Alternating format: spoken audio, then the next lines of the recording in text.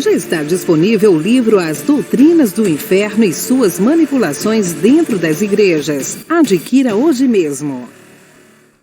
Olá, abençoados! Graça e paz, bem-vindos ao canal da Graça Pura. Me chamo André Pimentel, como vocês estão passando? Muito bem? Reinando em vida? Tem que reinar em vida. Afinal, o Senhor nos tirou, né? Nos arrancou lá daquele lugar do império das trevas, né? Do império do anacronismo. A gente vai falar sobre isso hoje também. Tá? Nos arrancou disso tudo e nos trouxe para o reino do Filho do seu amor, para o seu contexto, né? Glória a Deus, porque Deus nos tirou do contexto dos homens e nos colocou no contexto certo, que é da graça eterna. Sejam todos bem-vindos ao canal da Graça Pura. Bom, antes de pedir a vocês para se inscrever no canal, eu gostaria de avisar que o canal está passando por algumas alterações, devido ao meu tempo estar um pouquinho curto, né? Devido ao meu trabalho mesmo. Tô tendo aí que me desdobrar, né? Acho que todo mundo hoje, principalmente quem trabalha com venda, sabe do que eu estou falando, tem que se desdobrar aí para colocar o pão nosso de cada dia na nossa mesa, né, abençoado? E comigo não é diferente. Então, devo estar fazendo somente vídeos nas segundas, quartas, sextas e domingos, tá bom? Então, serão 4 dias na semana que nós vamos estar juntinhos aqui no canal da Graça Pura. Tá bom? Vamos avisados, sempre nesse horário de 20h30, que é um horário excelente aí, tá bom, queridos? Bom, então, para você que tem acompanhado o nosso canal e ainda não se inscreveu, não faça isso, meu querido. Não tenha o coração peludo, não tenha a mão peluda, principalmente se esse canal aí tá te dando argumento de viver, porque pensar ou viver é pensar e pensar é viver. Essa é a grande realidade. Enquanto você estiver produzindo pensamentos, mais ainda você fica distante, né, das garras dos homens dentro das suas masmorras, que são essas igrejas aí emplacadas, né, as denominações aí, que usa muito o anacronismo. Vocês sabiam? Vocês sabem o que é anacronismo? A gente vai falar um pouquinho sobre isso, tá bom? Olha, isso é muito perigoso. Tá, daqui a pouco a gente fala sobre isso. Se inscreve no nosso canal, tá bom, querido? Já deixa o seu like, porque você já sabe que vem coisas boas. Comentem à vontade, comentem, deixem elogios, deixem aí questionamentos, críticas. Críticos sejam elegantes, que se não for elegante, eu tiro, eu corto mesmo. Porque aqui, abençoado, é um povo que é inteligente, né? É um povo vivificado em seu espírito, então não aceita qualquer tipo de coisa, tá bom? Então comentem à vontade, e se você aí desejar que outras pessoas também alcancem o que você alcançou, envie aí esse vídeo para eles, tá bom, queridos? E toque o sininho se você quiser que o YouTube te avise, tá legal? Bom, queridos, nós vamos falar hoje sobre o livro de Apocalipse, tá? A gente já falou um pouquinho, né? Qual a forma mais correta para se entender Apocalipse. Como é que é? A gente vai falar um pouquinho sobre isso. Mas antes da gente entrar na mensagem, eu gostaria aqui de falar para vocês de um assunto que é bastante pertinente em graça, né? Porque quando nós viemos do sistema religioso, nos foi ensinado uma forma de oração, né? Que nós temos que orar o tempo todo, e nós aqui ratificamos isso também, temos que orar o tempo todo, só que a nossa oração ela é diferente do sistema religioso. Aliás, eu acho que quase poucas ou nenhuma hoje igreja se interessa realmente por esse assunto, né? De explicar o que é oração, né? Por que nós oramos, não é verdade? E como existe essa descontextualização toda, eles, infelizmente, muitos perderam, não sabem mais o que é oração. Muitos deles falam que é intimidade, né? E realmente não deixa de ser. Oração realmente é uma intimidade, é uma súplica, um pedido dirigido a Deus. Basicamente, oração é isso, né? E o que é súplica, queridos? Súplica é um pedido insistente e desesperado. Então, hoje, dentro do sistema religioso, as pessoas estão desesperadas. A realidade é essa, porque todos querem que seus problemas sejam resolvidos, até mesmo nós, né, abençoados? Quem não quer aí viver uma vida sem problemas? Só que os problemas, os problemas, abençoados, fazem parte da nossa vida. E como nós vamos reinar em vida sem ter o que reinar? Porque reinamos sobre essas situações, não é verdade? Quando nós, por exemplo, dizemos que nós somos curados, é uma oração. Isso é uma oração. E isso é uma oração que se dá por conhecimento, que se dá por intimidade. Então, oração em graça é intimidade. O que acontece quando as pessoas elas estão em um relacionamento, seja amizade, amoroso, profissional, né? Elas ficam íntimas uma das outras, sim ou não? Você passa a saber a data de aniversário dela, você passa a saber o nome completo, você passa a saber onde a pessoa mora, você passa a saber de gostos, preferências, daquilo também que a pessoa não gosta, não é verdade? Então você vai travando ali uma intimidade com a pessoa, né? E aí com o tempo você já sabe como tratar bem aquela pessoa, porque numa amizade ou num relacionamento, nós temos que tratar bem um ao outro, não é verdade? Então com o tempo você vai percebendo do que aquela pessoa gosta, e você procura o quê? Fazer aquilo que a pessoa gosta, desde que não te ofenda, né, abençoado? Claro, né? Nem você sofra algum dano aí. Mas se for dentro de uma normalidade, você faz. É verdade? Se a pessoa gosta, por exemplo, de comer uma comida baiana, você vai levar ela num restaurante onde vende comida baiana para satisfazer aquela pessoa, porque ela é tua íntima, é teu íntimo. E aí é um relacionamento entre as pessoas. E entre Deus também não é diferente. Então nós temos essa intimidade com Deus. Não é uma intimidade humana, é uma intimidade no âmbito espiritual. E o que se dá no âmbito espiritual? O conhecimento. O conhecimento que nós temos de Deus nos faz ter intimidade com Ele. Nós sabemos do que Ele fez, para quem Ele fez e por que Ele fez. Então nós hoje, por exemplo, em graça, a gente não fazemos cerimônias. Eu, por exemplo, abençoado, eu acredito que a maioria dos abençoados que já são maduros, espiritualmente falando, não vê mais a necessidade de se ajoelhar o joelho no chão. Por quê? Eles falam que é sinal de humildade. Mas não adianta nada você fazer isso e você ter o coração soberbo, a mente soberba e não querer aceitar as coisas de Deus, por exemplo. Então nós não ajoelhamos mais. Não há necessidade de ajoelhar. Por quê? Você está usando a carne para um relacionamento espiritual.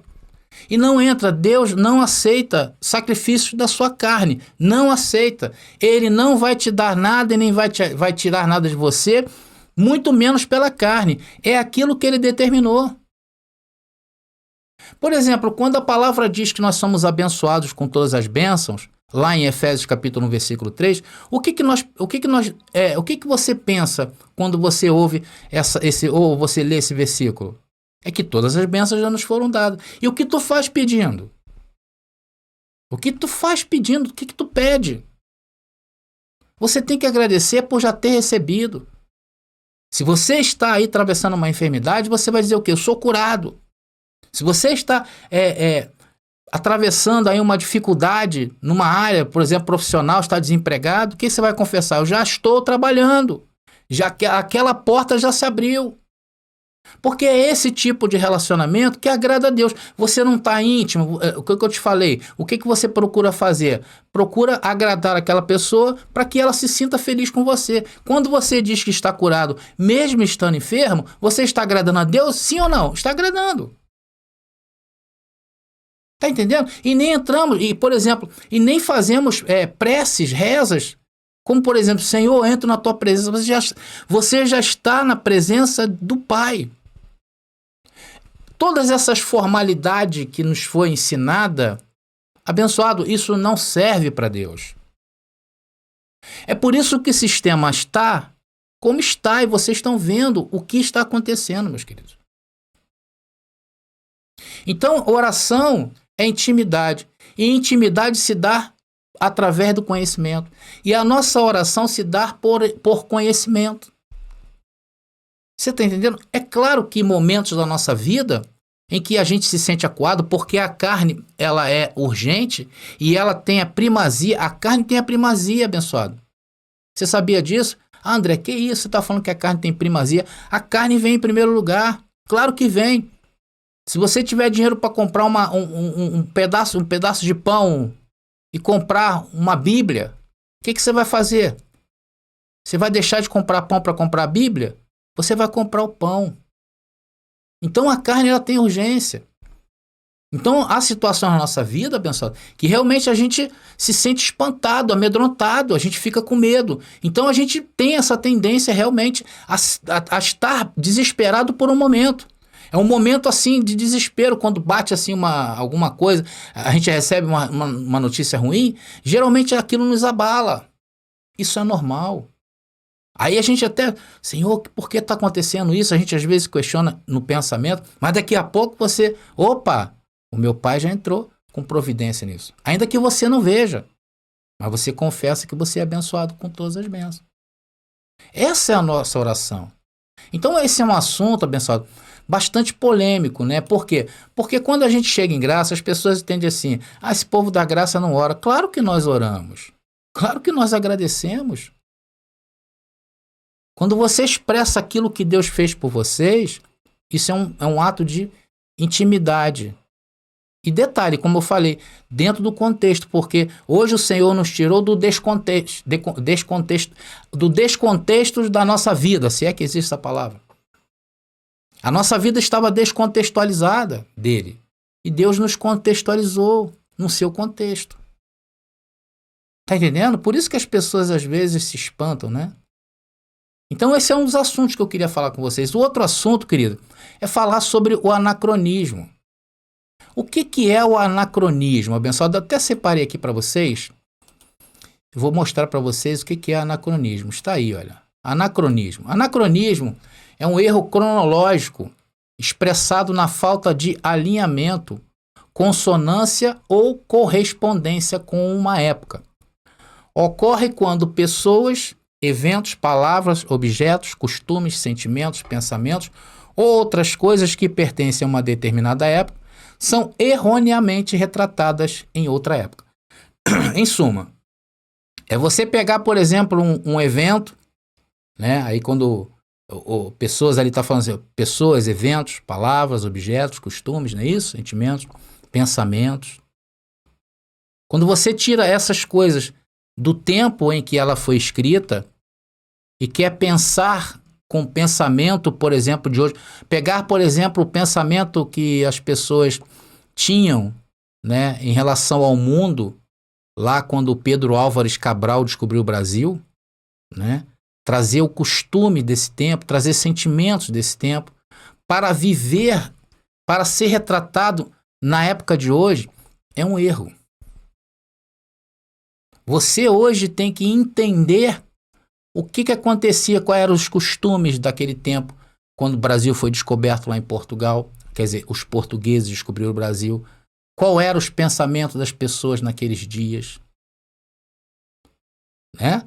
Palavras. E nós não podemos descontextualizar. Por exemplo, né, há muito tempo atrás, por exemplo, o alfabeto aqui português, né, a língua portuguesa, o F era determinado pelo PH, né? Então, falava assim, farmácia era PHA, né? E não FA. O F entrou depois. Então, se você hoje lê ali uma placa, né? Farmácia, ou de repente você vê uma placa farmácia, ou uma história de farmácia, e você fala assim, passei ali, estava escrito com PH, né? É um erro. Hoje é errado. Você não pode colocar o nome da tua drogaria de farmácia com PH? Pode, abençoado, claro que pode. Mas querer viver aquela época ou querer trazer conceitos para os dias de hoje é errado.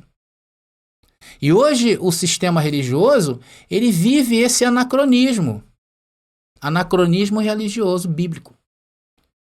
Quando, por exemplo, eles pregam que o único pecado que não tem pecado, ou o único pecado que não tem perdão, é a blasfêmia contra o Espírito Santo, isso eles se basearam em um anacronismo, sabia disso? Eu vou explicar para vocês.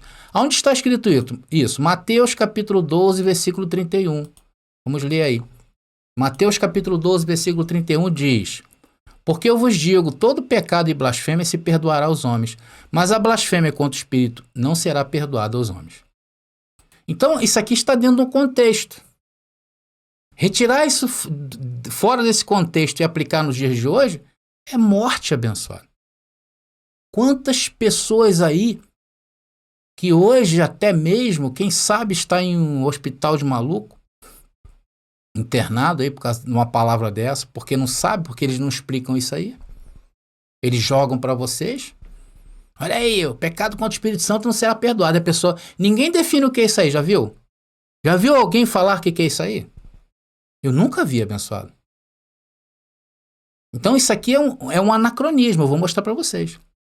Quando Jesus falou isso aqui, ele falava de um mandamento da Torá, da lei de Moisés, em que se usasse o nome do Senhor em vão, dependendo de onde ou como isso acontecia, das circunstâncias, aquela pessoa, o judeu, era condenado à morte. Por isso que não havia perdão. Não tinha clemência.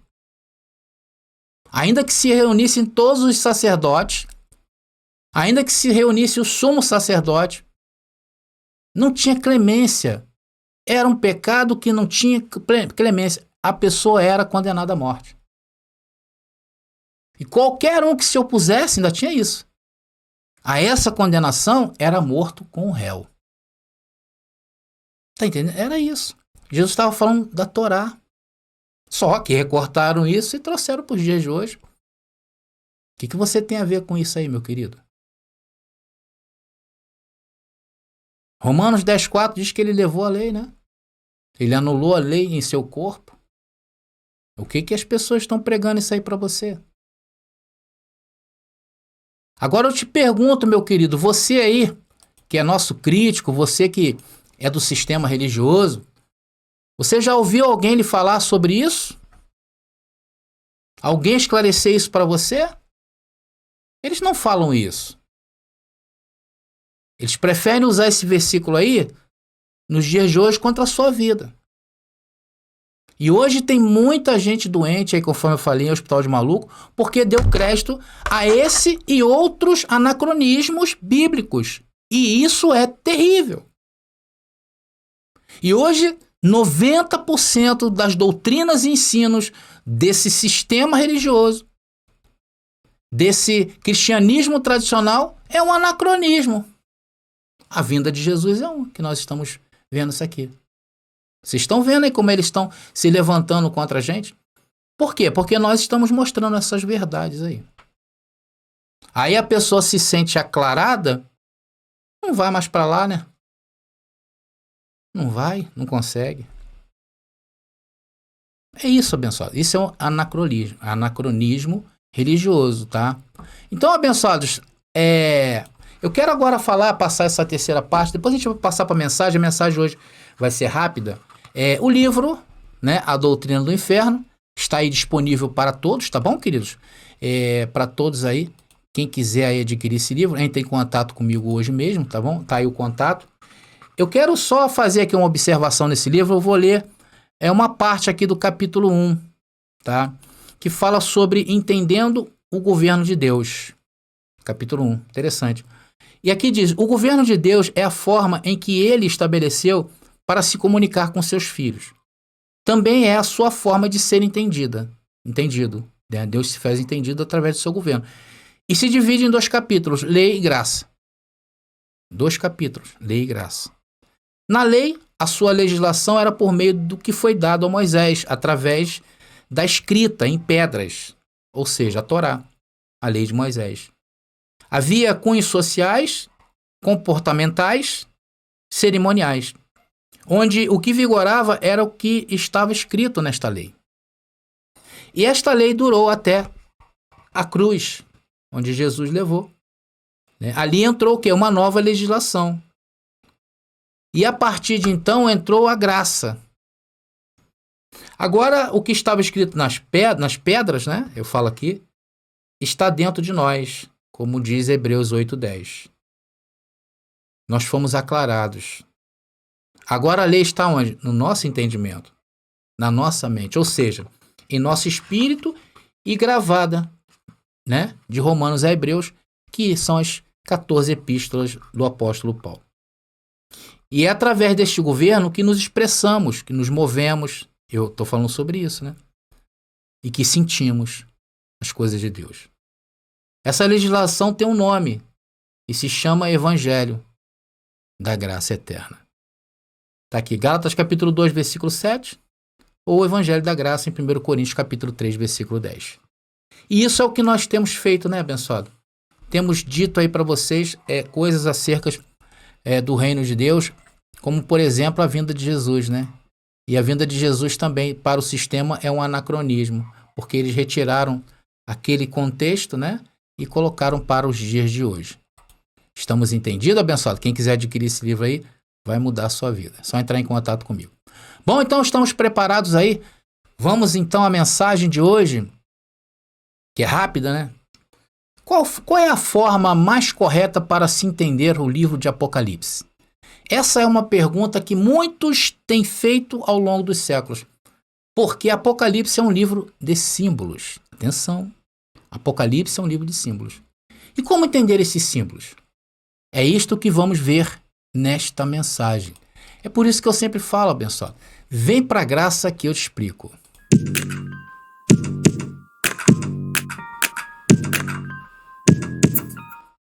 Bom, a primeira ideia que vamos apresentar para vocês é não literalizar o livro de Apocalipse, por causa justamente das figuras simbólicas que contém este livro. Sendo que essas figuras se faz parte, né? Ela faz parte do imaginário das pessoas. Porque o cristianismo tradicional, através daquilo que eu falei do seu anacronismo, ensinou o mundo a enxergar este livro como se fosse um filme de ação, um filme de ficção, um filme de terror, de final dos tempos, né? Isso só atrapalhou a sua sincera interpretação. Porque hoje as pessoas procuram neste livro, Apocalipse, bombas atômicas, implantes de chips, a marca da besta, aviões de guerra destruindo tudo, e por aí vai. E toda essa doutrina escatológica está neste nível. Em tudo querem ver a destruição. Em tudo querem ver algo fenomenal acontecendo, algo extraordinário. Querem ver os túmulos se abrindo, o diabo sendo aprisionado. Querem ver Jesus vindo cavalo sobre as nuvens. Querem ver o milênio. E isto levou o livro de Apocalipse a uma das maiores injustiças bíblicas, porque ele foi escrito para um grupo pequeno de pessoas a considerar o mundo na época em que ele foi escrito. Eu estou contextualizando vocês do que o anacronismo fez. Tá bom? E a primeira pergunta, para quem ele foi escrito? Para quem foi escrito esse livro? Para você? Foi escrito para você? Então você vai ver que não. Ele foi escrito para as 7 comunidades da Ásia, dentro daquele contexto, para as 7 igrejas do primeiro século. Vamos ver? Tá aí, Apocalipse capítulo 1, versículo 3 e 4, que diz: Bem-aventurado aquele que tem refrigério e aqueles que ouvem as palavras da profecia e guardam as coisas nela escritas. O tempo garante. João escreve às 7 igrejas da Ásia. Graça e paz da parte dele e daquele que vem e dos 7 espíritos que está diante do seu trono. Vocês observam aí que eu usei a versão do Novo Testamento, Textus Receptus, tá bom, querido? É uma tradução abençoada que tem me deixado... Eu estou fazendo essa tradução, tá? Eu vou apresentar depois esse trabalho para vocês. Olha, tem me tomado bastante tempo, tá? Tem sido bastante... as pesquisas que eu estou fazendo está sendo bem profunda. Olha, eu tenho visto cada coisa, abençoado. É que eu não quero passar agora à frente do que eu estou fazendo, mas olha, muita coisa vai vir à tona aí, tá bom? Esperem. Através desse estudo que eu estou fazendo e dessa versão aí, Textus Receptus, tá bom? Abençoado, então aqui é a forma como nós podemos observar o livro para quem foi escrito, né, e os seus destinatários. E você não está ali, né, abençoado? Tá? Não está, né? Então é por esta razão que as suas mensagens descritas, né, no Apocalipse, ela foi transmitida através de figuras simbólicas. Por quê? Teve um porquê. Por causa da perseguição. Naquele tempo, havia um clima pré-guerra, né? Então era como tudo estava sendo vigiado. Se esse livro fosse escrito de maneira literal, né, com certeza não chegaria aos seus ouvintes. Foi por isso que João usou muitas dessas linguagens. E ali, a grande maioria era judeus cristãos que estavam nessas 7 igrejas da Ásia. Então a linguagem era bem peculiar àquele período do primeiro século. Por isso que eu falei a questão do anacronismo, você entender, né, o que a linguagem ali falava, você tem que entender. Então era bem peculiar aquele período, né? Por isso que o João usou essa expressão. E cada período que vai passando, o povo vai tendo as suas peculiaridades, não é verdade? A palavra vai se mudando ao longo do tempo e a gente vai entendendo. A gente não pode entender, por exemplo, o que aconteceu no Brasil no século passado sem o entendimento daquelas pessoas, porque senão a gente vai estar descontextualizando aquilo ali. E claro que foi para aqueles irmãos que pudessem entender a mensagem de João. E esse é um dos maiores segredos para se entender Apocalipse corretamente. E para se familiarizar bem com ele, para decodificar o Apocalipse, tem que se entender de profecias do Antigo Testamento, sabia? Temos que entender. Porque mais de 2/3 dos 404 versículos que compõem o livro faz referências a passagens do Antigo Testamento. Olha, 2/3, hein? Mais do que a metade. Então essa é a razão porque muitas vezes ao lermos as suas profecias, achamos elas sem pé nem cabeça, não é verdade? Isso acontece geralmente porque não aprendemos suficientemente a ler a Bíblia da forma como ela merece. Por isso que às vezes a gente não consegue interpretar. Quando nossas interpretações, por exemplo, linkam com os ensinos errôneos do cristianismo tradicional, ou seja, presas a sensações de como estar vendo um filme de Hollywood e não lendo as escrituras, porque é essa sensação que o sistema passou para nós, não somos capazes de captar nada neste livro. Ou seja, erramos o alvo. Existe, abençoado, regras para a interpretação bíblica.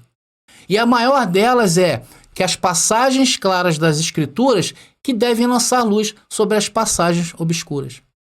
Vou repetir. As passagens claras, que há clareza nas Escrituras, é que devem lançar luz sobre as passagens obscuras. Não descontextualizar do tempo. Não querer trazer a luz do século XXI. É isso que eles fizeram. Então devemos perder essa sensação que muitos de nós ainda carregam do cristianismo tradicional. Então, quando conhecemos as regras de interpretação, o que devemos fazer? O que vamos fazer? Bom, agora eu estou bem ciente disso, André. Se aliar ao conhecimento, tanto do Antigo como do Novo Testamento, para então sermos capazes de interpretar o Apocalipse pelo viés bíblico e não por viés humanos descontextualizados. Porque foi assim que aprendemos o Apocalipse, longe do contexto original. E isso é um erro gritante. E isto ajudou a complicar mais ainda o entendimento correto sobre ele. Aliás, nenhum livro deve ser tirado do seu contexto original. Quanto mais se tira um livro do contexto original, mais difícil é a sua interpretação real. Por isso que está cheio de gente aí louca, né, abençoado? Está cheio de gente aí louca. Tem gente aí que descontextualizaram tudo, não querem viver hoje, né? Aí até sobre o nome de Jesus é uma polêmica sobre isso, né? Porque eles querem trazer o que aquelas pessoas pensavam arcaicamente para os dias de hoje. E brigam com você. Tem vários assuntos aí bastante polêmicos. Um deles é a Terra plana, né? Eles querem usar o argumento daquele povo ali, arcaico, para os dias de hoje, né? Então, o livro tirado do seu contexto original foi o que levou o sistema religioso a criar suas doutrinas. A doutrina do inferno, por exemplo, é um desses exemplos. Eu mostro aqui no livro. Então, de todos os livros da Bíblia, nenhum outro foi mais removido de seu contexto histórico do que o livro do Apocalipse. Sim ou não? Por isso, muitos têm dúvidas.